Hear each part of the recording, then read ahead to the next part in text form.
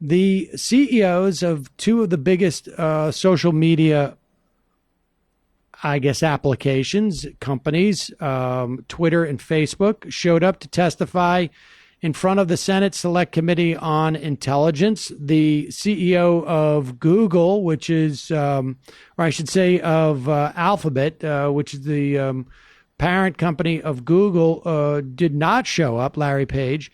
And then there was another hearing, which we will get to in a bit. But give us a sense as to why these folks were called up in front of the Senate Intelligence Committee, and what are the implications down the road?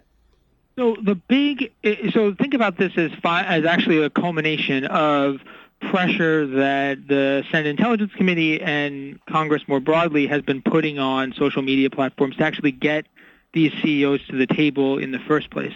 There have been a few other hearings, but they've mostly been with either mid-level staff or senior staff or lawyers. They didn't really have the top decision makers for the company. So it's been something they've been clamoring for and calling for, and they finally got it. And at least with respect to the Senate Intelligence Committee hearing, it was a pretty serious hearing, actually. And if you just look at the nature of the questions and the direction across the political aisle, regardless of politics, it is clear that the senators themselves have definitely learned a lot from when they first started delving into this territory in 2017.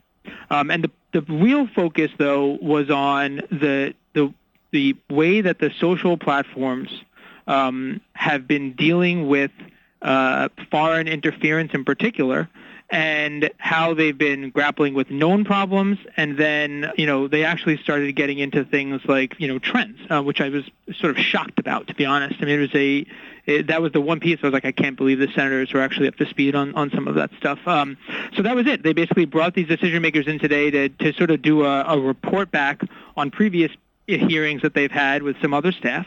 And to get a sense of whether or not the social platforms have made some really meaningful steps in addressing the gaps that allowed for and enabled, in some situations, a lot of foreign interference in our political conversation.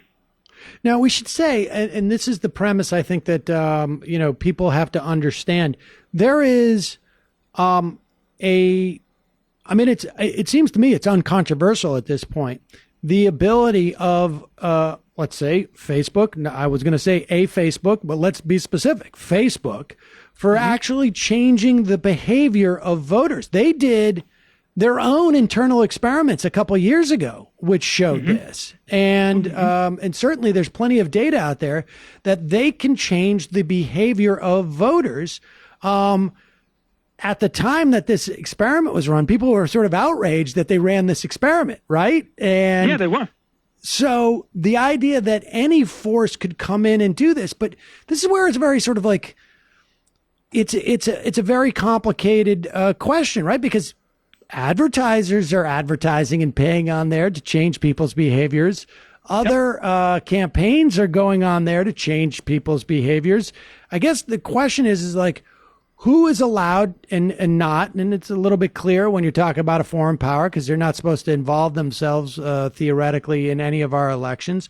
But then it's also, what rules govern it in terms of like when it's unfair, right? Like if it's found out that an American enterprise was able to isolate who to target with money from Russia or with operatives from Russia, I mean, it starts to get a little bit murky. No, it really does, and you're right. There's a lot of gray area, and so what I try to do when I think about this problem is because I'm a liberal, but I'm also somebody, and which is to me not an illiberal thing, that believes in free speech, right? And that actually is really concerned around corporate power, and doesn't want big companies necessarily censoring or getting into the business of being the arbiters of fact on everything. So I start to think about, well, what am I calling for really, and try to balance that. And so when I start this exercise, or sort of start going down that path, I take all the stuff in the gray area and I put it to the side for a minute, and then I look at what are the black and white stuff, because from my perspective, if we can't even deal with the things that are black and white, the really clear, cut and dry things that you would expect from these social platforms, then I definitely don't want them getting into the more murky things, because that means they're very likely to mess it up. And so one thing that is clear is that if you go back and look, and relates both to the ability to change behavior but also manipulate the landscape more broadly, there was a lot of flat-out cheating going on, things that are totally manipulative. So, for example, the ability to use bots, especially on Facebook, to trick Facebook's algorithm into thinking that a story, maybe a total fabrication story, that Hillary's on a breathing machine, or Obama bans the Pledge of Allegiance, or things like that. If you could use a bunch of bots, a few thousand of them, to like that story very quickly, you could actually trick Facebook into distributing it for you. One of their big measurements is velocity. And so if a story has if it's getting high levels of engagement really fast, Facebook will actually amplify that and start to serve it out to friends of friends of friends even. So they'll really help with the distribution. And so that is, one of the things that was taking place in 2016 was that there was a lot of algorithmic manipulation, so flat-out cheating. The other thing that was taking place, though, is in the form of some of these advertisements. A lot of advertisements that would not have been approved otherwise through the standard approval process because they had too much text, for example, were actually getting approved because the right wing had basically convinced Facebook that they were going to censor them, or that they were being censored if they didn't approve them fast enough. And a lot of those ads were actually suppressive. So, they would target first-time voters with "don't wait in line, text to vote here" kind of stuff. And they very much focused their advertising efforts in swing states, and in particular against marginalized communities, people of color in particular. And the idea was to trick as many as you can, peel off a few votes here and there in the places where it'll matter the most by basically duping people.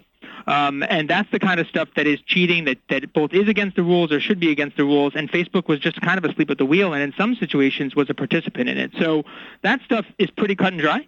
And it's really important to think about that first, because it gets into the bigger concerns like what happens in the future. Because if they can't stop the cheating that we know about, then what about the cheating like synthetic video and synthetic audio? And how are these big companies thinking about preventing that from becoming the next fake news crisis? So that's one piece. You're right on the organizing front. The thing that scares me, and I'll sort of stop, is on the change behavior thing. Here's a really scary stat, because my background is, I'm an organizer by background. Right. And, one thing for me that always stuck out was one of the net effects of all of this, not just fake news and disinformation, but harassment, was that if you go back and look in 2016, 44% of people that identified as left of center did not participate in posting or sharing things related to politics or civic engagement, or less likely to. That number was only 8% on the conservative side, meaning that people that identified as left of center were much less likely to actually stick their heads up and even talk about politics or civic engagement. And when you drill down to ask why, the big reason was they didn't want to be trolled, harassed, or abused.